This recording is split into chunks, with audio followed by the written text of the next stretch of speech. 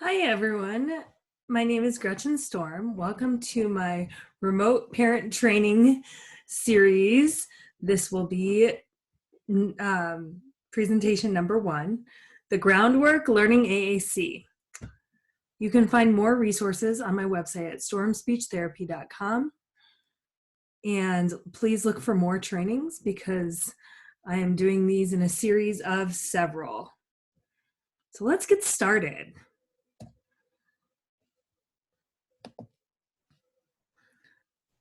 I just had to throw that in there. I'm sure we're all kind of feeling like this. This is how I feel, trying to get everything together and organized. So I'm trying to keep these parent series nice and short and to the point and give you one thing to walk away with to try. Even just one person can make a difference in the success of an AAC learner. And my background is in the school system. I work in a center-based classroom in an elementary school as well as in homes after school, all with children and adults using augmentative and alternative communication.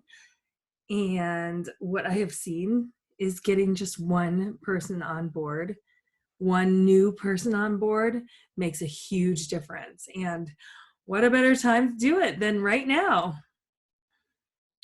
So, learning to use AAC is not an intuitive process. Similarly, knowing how to facilitate interactions is not intuitive for most communication partners. So, that means it's okay if you're not quite sure where to start or you're feeling very overwhelmed by the fact that you're supposed to be using a communication device in your house and you know it's good for your good for your child, but you just don't know where to start. So today's lesson is all about figuring out, where do I start with myself as a parent and communication with the communication device in my house? Well, what we have learned is you need to speak AAC to teach AAC, similar to learning a new language, for example, Spanish. The best way to learn Spanish is to speak and communicate with someone who is more fluent in the language, and that results in you learning better Spanish language. Same with AAC, and I'm going to refer to it as speaking AAC and speaking device. So basically, if you want your child to be a successful communication device user, he or she has to see somebody else using a communication device to communicate throughout the day in all different settings and situations to learn that language. So here is a visual I've adapted from Gail Potter. At the top, you see a person speaking plus a person speaking equals 2 people speaking and communicating and understanding each other. One person using sign language plus another person using sign language, again, equals communication, and they're understanding each other. Now, if someone's speaking, and then we're expecting the other person to use a communication device back to communicate, those languages don't match. So then there's confusion. The speaker is not using the same language as the person speaking device. They're using verbal speech, and the person using the communication device is using what I call speaking device or speaking AAC. So in the last example, we've got one person communicating using a communication device plus another person communicating using a communication device, again, equals communication that's successful, conversation, and both partners understanding each other. So I am hoping that we can get you to start really understanding, how do I make that last scenario, device plus device, happen in your home so that you can have successful communication with your child. So, teaching your child to use a communication device is like teaching them a new language, like I said. Think about the best way you learn a language. Think about how often speaking that language needs to happen in order for you to become more fluent? So if you only took a 45-minute class each week, how long would it take you to actually learn to speak that language? Now, if instead you immersed yourself in Spanish and were exposed all day long, how fast would you become fluent? So teaching your child to use a device is no different. The more you use it at home, the faster your child will learn and the more robust of a communicator they will become. And isn't that our end goal for our children and adults using augmentative communication to be able to communicate whatever they want to say, whenever they want, in any setting, with whomever they want?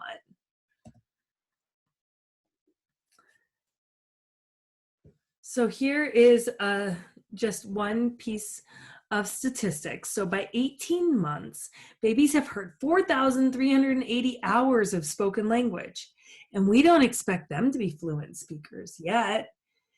If AAC learners only see symbols modeled for communication twice weekly for 20 to 30 minutes, it will take them 84 years to have the same exposure to aided language as an 18-month-old to spoken language. Well, it sounds like 20 to 30 minutes isn't enough.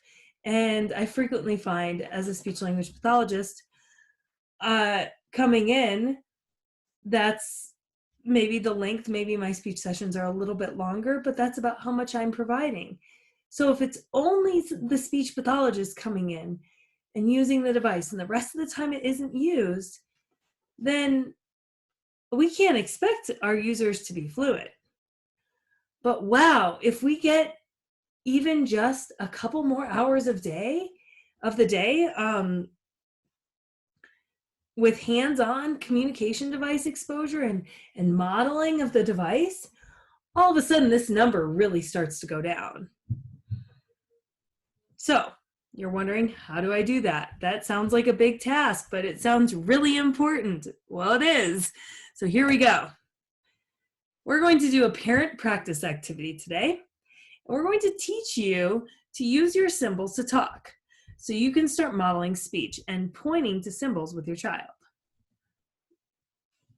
For this activity, download a manual board or use your child's AAC device. So if your child's using one of these two devices, you can just click on these links in the handout, or just go straight to these websites and look for these boards. There should be, depending on the company, a low-tech version or a light-tech version of the high-tech communication device your child uses. For a variety of reasons, this is a great tool to have, so I definitely recommend you find it. If not, grab your child's communication device for this activity, because we are going to get our hands on it. Here we go.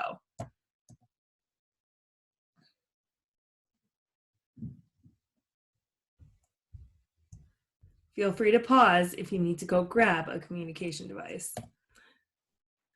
All right, we're gonna have some fun with Giphies. I did get all of my images today from Giphy, the Giphy website. I believe it's giphy.com. And we're gonna have some fun, because learning AAC has to be fun. If it feels like a chore or an extra demand, well, nobody really wants to do it then. So let's keep it fun today. Are you ready? Your task: do not speak. Use your communication device or a communication board to say 1 to 2 words about each picture.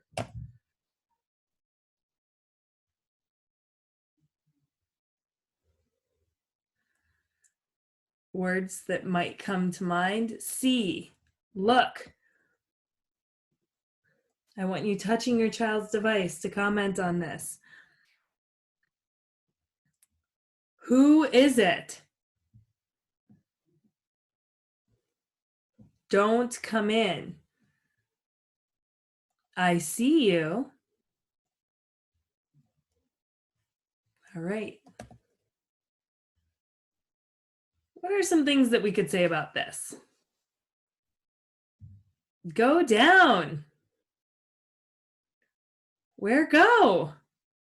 Happy. Bye.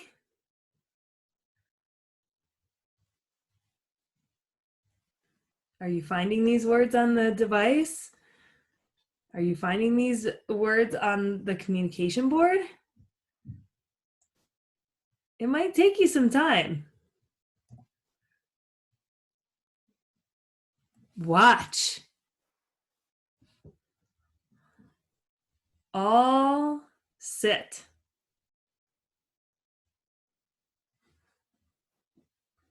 Like watch. They like watch. Tired. Feel tired. Love it. You'll notice I'm using a lot of what we call core vocabulary words.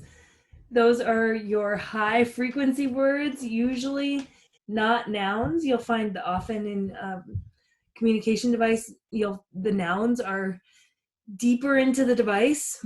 You'll need to click more buttons prior to accessing them than some of these words that I'm saying in relation to these pictures, and that's on purpose. The words that I'm using are pronouns, verbs, adjectives, some social phrases, and social words. You might hear me in a bit use a few prepositions. Those are going to be words that you use across your day all the time and will get you the most bang for your buck. So here we go. Get it.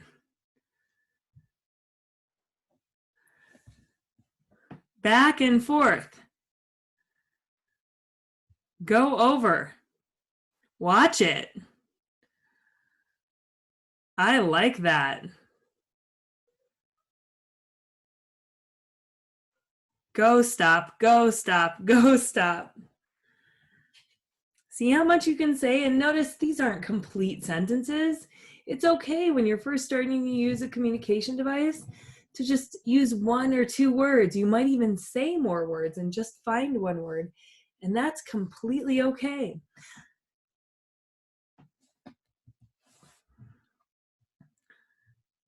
Go around. Oh no, stop. I don't like. Help me.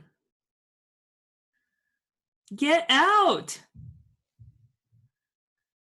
Feel sick. In the end, you want to be about one word ahead of where your child is when using the communication device independently. So if he or she is using the device at a single word level and they're just using the device to say one word at a time, then you would want to model 2-word phrases. You wouldn't want to model like a 5-word sentence. Even though you can say a little bit more, I would really try to stick to shorter phrases that are about 1 word more than what your child usually says. Here we go. It eat. That good. Yum. Push over. I want more. Wear hat. It outside. So many things to say about these. Push it.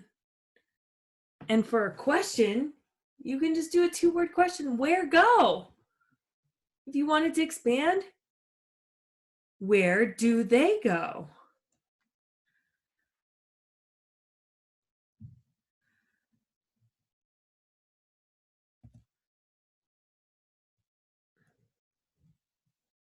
What could you say about this one?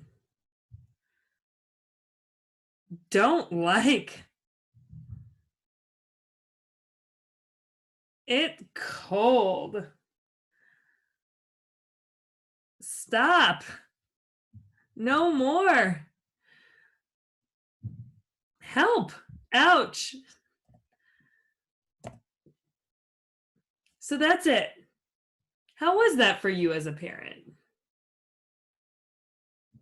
How did that feel getting your hands on the board? What are your thoughts? Often this is when I start to hear parents say, well, wow, it took me a long time. It was tricky to find all these words. And that's really something to be thoughtful of when you are asking your child to answer something using their device, that it does take a little bit more time. That they do have to think not only about what they want to say, but they also have to think about where it is in their talker and how do they get there. And then which words do they want to put together. And once they put them all together, then they get to hit the sentence strip and say the phrase or the sentence. So it does take a little extra time. How can this help you with using the device more with your child? So the takeaway here is it might be helpful to use the device yourself for a while before really asking your child to use it. Your child seeing you use the device, that alone is a huge milestone. All of a sudden, they're seeing how somebody else uses a device to communicate. I give this example all the time when, for example, your child goes to the store. They don't see anybody else using a communication device to ask for help. So how can we expect them to understand how to do that in the store unless they first see somebody do it? And that is your job. You get to go and be the model of the communication device and how that looks in all these different situations. So think about, like, how can you model using the device during breakfast? How can you model the device when you're playing a game with your child? Maybe you're doing Play-Doh. Think about using it more, maybe 75% more than your child, especially in the beginning.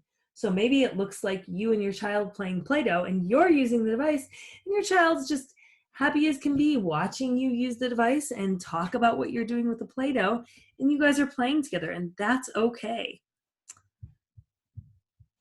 Any questions? Questions would be good for your speech language pathologist. You can always email me at gretchenstorm@gmail.com. Just let me know.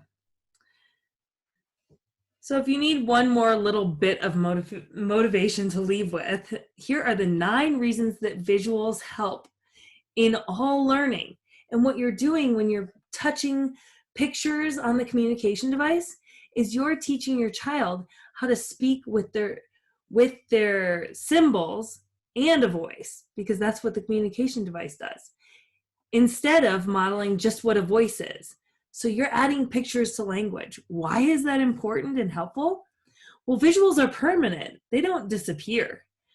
I think about Charlie Brown and the wah, wah, wah, wah, wah, and how you can't understand anything they're saying.